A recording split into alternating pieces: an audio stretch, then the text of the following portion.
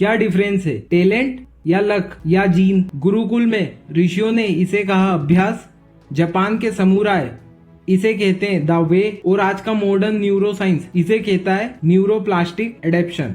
लो एक ही है, what you repeat you become. Mindful repetition को मेडिटेशन बोला गया है। लिटरली हर सिंगल सेकेंड अपना ब्रेन खुद रीडिजाइन कर रहे हो। The complete road map of mastery.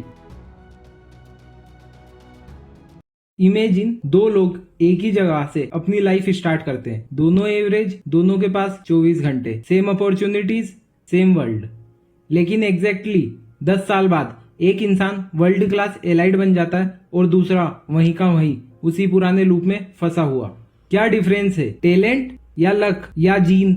नहीं, उनके बीच का डिफरेंस एक इनविजिबल फोर्स थी। एक ऐसा फोर्स जो दुनिया के टॉप 1% लोगों को क्वाइटली पावर करती है और बाकी के 99% लोग इसे देख ही नहीं पाते। हजारों साल पहले गुरुकुल में ऋषियों ने इसे कहा अभ्यास, जापान के समुराय इसे कहते हैं द वे, और आज का मॉडर्न न्यूरो साइंस इसे कहता है न्यूरोप्लास्टिक एडेप्शन।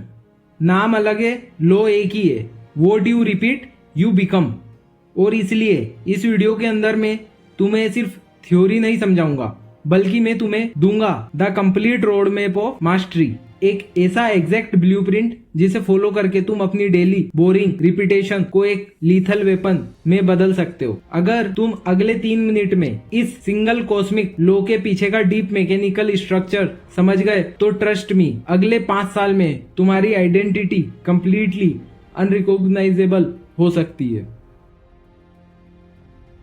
हम एक ऐसे एरिया में एंटर कर चुके हैं जहां एवरेज रहना एक डेंजरस ऑप्शन है। एआई जॉब रिप्लेस कर रहा है, अटेंशन इकोनॉमी तुम्हारे फोकस को अंदर से धीरे धीरे खत्म कर रही है, इंफॉर्मेशन पूरी तरह फ्री है, लेकिन मास्टरी वो पहले से कहीं ज्यादा रेयर और बहुत ज्यादा वैल्यूबल हो चुकी है।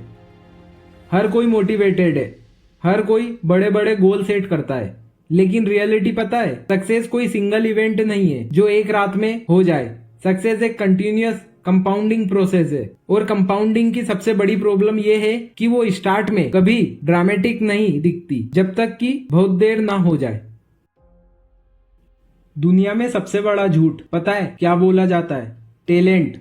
हम सोचते हैं जो आगे निकल गया वो गिफ्टेड था, बट ऐसा नहीं है। एक सिंपल एग्जांपल लो, तुम्हें लगता है कि कोई पर्टिकुलर टॉपिक तुम्हें बहुत अच्छे से आता है, तुम ओवर कॉन्फिडेंट हो जाते हो और फाइनल एग्जाम में उसी टॉपिक पर सिली मिस्टेक कर बैठते हो। लेकिन दूसरी तरफ एक ट्रू मास्टर होता है, उसे पता है कि वो टॉपिक उसे आता है, फिर भी वो कॉन्शियसली अपने माइंड को ट्रैक करता है एंड एक और बार डीपली रिवीजन करता है। यही बेसिक लाइन है जो एक एवरेज रैंडम एफर्ट और एक मास्टर के कॉन्शियस एफर्ट के बीच का डिफरेंस सेट करती है। माइंडफुल रिपीटेशन को मेडिटेशन बोला गया है। टैलेंट सिर्फ रेस को स्टार्ट करता है, पर डिसिप्लिन और प्रैक्टिस उस रेस को हमेशा के लिए जिताती है। न्यूरो साइंस हमें साफ बताती है तुम्हारे ब्रेन कोई फिक्स्ड ब्लॉक नहीं है, वो एक एक्टिव कंस्ट्रक्शन साइट है। हर फोकस्ड रिपीटेशन वहाँ एक नई फिजिकल ब्रिक रख रही है। तुम लिटरली हर सिंगल सेकेंड अपना ब्रेन खुद रीडिजाइन कर रहे हो, चाहे तुम उसे नोटिस करो या कंप्लीटली इग्नोर कर दो। कभी तुमने इंटरनेट पर यह रूल तो जरूर सुना होगा, किसी चीज में 10,000 घंटे लगा दो तुम उसके मास्टर बन जाओगे। नहीं, ये पूरी तरह से सच नहीं है। अगर सिर्फ घंटे लगाने से मास्टरी मिलती तो सड़क पर 20 साल से गाड़ी चलाने वाला आज फॉर्मूला 1 का ड्राइवर होता। हर 10 साल पुराने एम्प्लॉय एक खुद की कंपनी बना चुके होते। प्रॉब्लम टोटल हावर्स की नहीं है, प्रॉब्लम उन हावर्स की मैकेनिकल क्वालिटी की है। दुनिया के सबसे बड़े साइकोलॉजिस्ट ने रिसर्च करी, उन्होंने देखा कि वर्ल्ड क्लास परफॉर्मर कभी भी रैंडम प्रैक्टिस नहीं करते, वो करते हैं डिलिबरेट प्रैक्टिस। ये एक ऐसा हिडन ट्रिगर पॉइंट है जिसके बिना तुम कितनी भी मेहनत कर लो तुम्हारा ग्रोथ ग्राफ हमेशा फ्लैट रहेगा। वो ट्रिगर क्या है उसे हम अगले चैप्टर में मुशाई के एग्जाम्पल से समझेंगे। अभी के लिए ये समझो, डिलिबरेट प्रैक्टिस का मतलब है अपने कंफर्ट जोन से हमेशा थोड़ा बाहर निकलना, इंस्टेंट फीडबैक लूप बनाना और अपनी मिस्टेक को पकड़कर उन पर फोकस्ड रिपीटेशन चलाना। अगर तुम पिछले 5 साल से एक ही फील्ड में सेम मिस्टेक बार बार रिपीट कर रहे हो तो तुम्हारे पास 5 साल में प्रोग्रेसिव एक्सपीरियंस नहीं है। तुमने बस 1 साल के बेसिक एक्सपीरियंस को 5 बार ब्लाइंडली रिपीट किया है। चाहे तुम अब हम समझते हैं उस ट्रिगर को। Miyamoto Musashi 61 life and death duel लड़े और उन्हें कोई नहीं हरा पाया। Undefeated legend. सोचो, क्या मुसाई अपनी हर सिंगल फाइट में परफेक्ट थे? नहीं, लेकिन उनका एक रूल था। वो हर फाइट और हर ट्रेनिंग सेशन के बाद खुद को थोड़ा सा और बेहतर बनाते थे।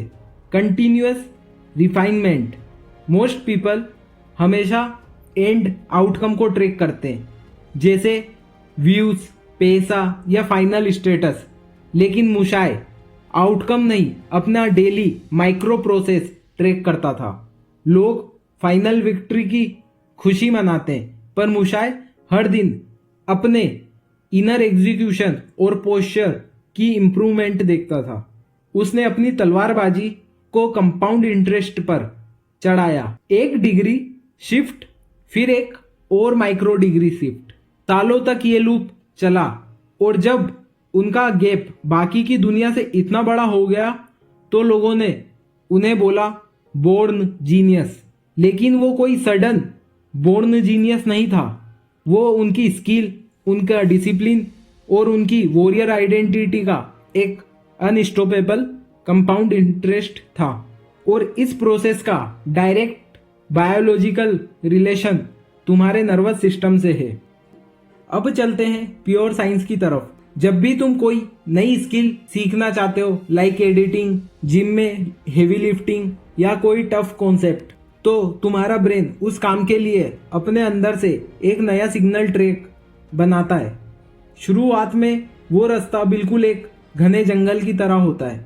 कांटे होते हैं, रास्ता साफ नहीं होता और सिग्नल बहुत धीरे ट्रेवल करता है। इसे साइंस की भाषा में कहते हैं न्यूरोप्लास्टिसिटी। लेकिन जब तुम रोज बिना डिस्ट्रक्शन हुए उस काम को रिपीट करते हो तो तुम्हारा ब्रेन उस स्पेसिफिक सिग्नल ट्रैक के ऊपर एक बायोलॉजिकल इंसुलेशन लपेटना शुरू कर देता है। उस इंसुलेशन को कहते हैं माइलिन।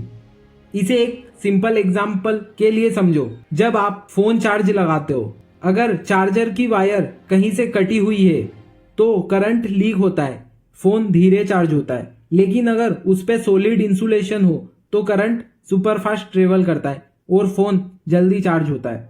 माइलिन वही इंसुलेशन है। जितना ज्यादा प्रैक्टिस करोगे ये लेयर उतनी मोटी होगी, उतना जल्दी तुम्हारा सिग्नल फास्ट होगा। यही मास्टर के पास कोई बर्थ सुपर पावर नहीं होती। उनके पास बस एक ऐसा नर्वस सिस्टम होता है जिसकी वायर को उनकी प्रैक्टिस ने फिजिकली ऑप्टिमाइज और हेवी ड्यूटी इंसुलेट कर दिया है। एक बार वो हाईवे बन गया तो मुश्किल से मुश्किल काम भी एफर्टलेस बन जाता है। Most people under estimate small improvements but mathematics doesn't look at this equation very careful.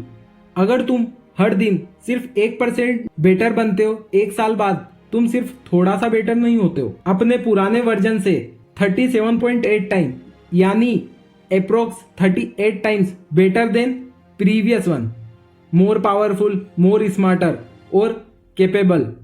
यही है मैथमेटिकल प्रूफ ऑफ कंपाउंडिंग। लेकिन इसका एक डार्क साइड भी है। अगर तुम हर दिन सिर्फ 1% वर्ड्स बनते गए तो साल के एंड में तुम मैथमेटिकली 0 के करीब पहुंच जाओगे। प्रॉब्लम यह है कि 1% इम्प्रूवमेंट डेली बेसिस पर दिखती नहीं है, इसीलिए लोग इसे बरकरार नहीं रख पाते और बीच रास्ते में ही क्विट कर देते हैं। और इसी के चलते हमें जरूरत पड़ती है एक ऐसी चीज की जो टेम्पररी मोटिवेशन से कहीं ज्यादा बड़ी है। अब बात करते हैं इस सेंचुरी के सबसे बड़ा और डेंजरस झूठ, जो है मोटिवेशन। मोटिवेशन पर एक वीडियो पहले से ही चैनल पर है, जाके आप देख सकते हो।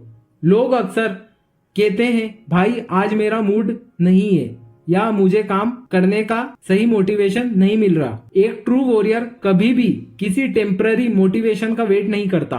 वॉरियर्स मोटिवेशन नहीं, अपने सॉलिड सिस्टम से बनते हैं। मोटिवेशन एक फ्लक्चुएशन इमोशन है, सिस्टम एक अनशेकेबल एनवायरमेंट है। इमोशन हमेशा अप और डाउन करेगा, पर तुम्हारा एनवायरमेंट हमेशा तुम्हें डोमिनेट करेगा। तुम जिम जाना चाहते हो तो तुम्हारा बैग पहले से ही रेडी करो, तो वर्कआउट इजी हो जाएगा। अगर तुम्हारा स्मार्टफोन पढ़ाई शुरू करने से पहले ही रूम के बाहर जा चुका है तो तुम डीप फोकस ऑटो मोड पर लग जाएगा। अगर तुम्हारा शेड्यूल फिक्स्ड है तो ब्रेन को बार बार सोचना नहीं पड़ेगा।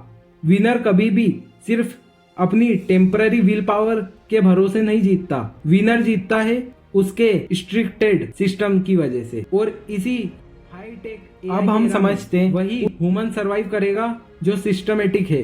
बाकी मोटिवेटेड लोग तो बस रील्स देखकर हर 2 दिन में डिस्ट्रैक्टेड होते रहेंगे। अगर तुम यहाँ तक इस वीडियो को देख रहे हो तो तुम सिर्फ एक स्पेक्टेटर नहीं हो, प्रैक्टिकल एक्शन रोड मैप दे रहा हूँ। बस 90 डे का कमिटमेंट चाहिए। Phase 1 awareness. पहले 3 हफ्ते सिर्फ खुद को ऑब्जर्व करो, अपनी खराब हैबिट्स, डिस्ट्रक्शन और एनर्जी ड्रॉप्स को एक नोटबुक में क्लोजली ट्रैक करो। पहले अपने रियल एनिमी को पहचानो। Phase 2 skill building. 5 अलग अलग नाव में पैर मत रखो, choose just 1 micro skill, use daily high intent focus के साथ, रिपीट करो और कंटिन्यूसली रिफाइन करो। Phase 3 identity shift. अपने दिमाग में ये बोलना बंद करो कि मुझे डिसिप्लिन्ड बनना है। खुद से ये कहना शुरू करो, मैं एक डिसिप्लिन इंसान हूँ, क्योंकि तुम्हारा डीप आइडेंटिटी ही तुम्हारा रियल बिहेवियर क्रिएट करती है। आइडेंटिटी क्रिएट करने के लिए ये वीडियो देख सकते हो। Phase 4 mastery loop.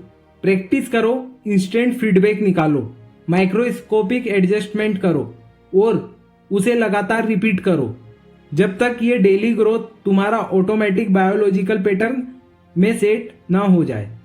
तो आज अपन ने 3 डिफरेंट एरा और 3 डिफरेंट वर्ल्ड्स को कंपेयर करके एक यूनिवर्सल ट्रूथ समझ में आया, जिसमें सिर्फ आपको ये बताया गया है, you become what you repeatedly do.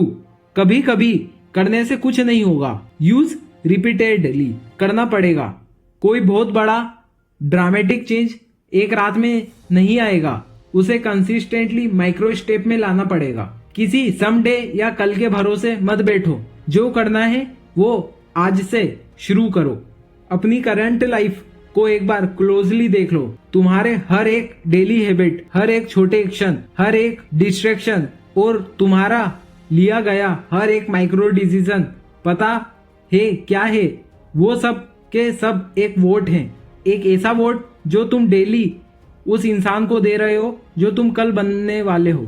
तुम्हारा फ्यूचर वर्जन उन्हीं वोट्स पर खड़ा होगा।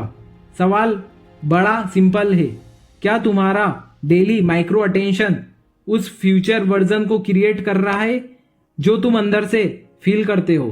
क्योंकि मास्टरी कभी भी एक सिंगल बड़े डे में नहीं बनती, पर वो हर सिंगल नॉर्मल डे जरूर बनाती है। और आज से ठीक 10 साल बाद जब तुम टॉप पर रहोगे तो पूरी दुनिया उसे तुम्हारा नेचुरल टैलेंट कहेगी, लेकिन उस दिन सिर्फ तुम अपने दिल में रियल ट्रूथ जानते होगे कि ये कोई ऊपर से मिला हुआ टैलेंट नहीं था, ये तो बस तुम्हारा साइलेंट प्रोसेस था जो हर एक दिन क्वाइटली बैक एंड पर कंपाउंड हो रहा था। सो बी द वॉरियर।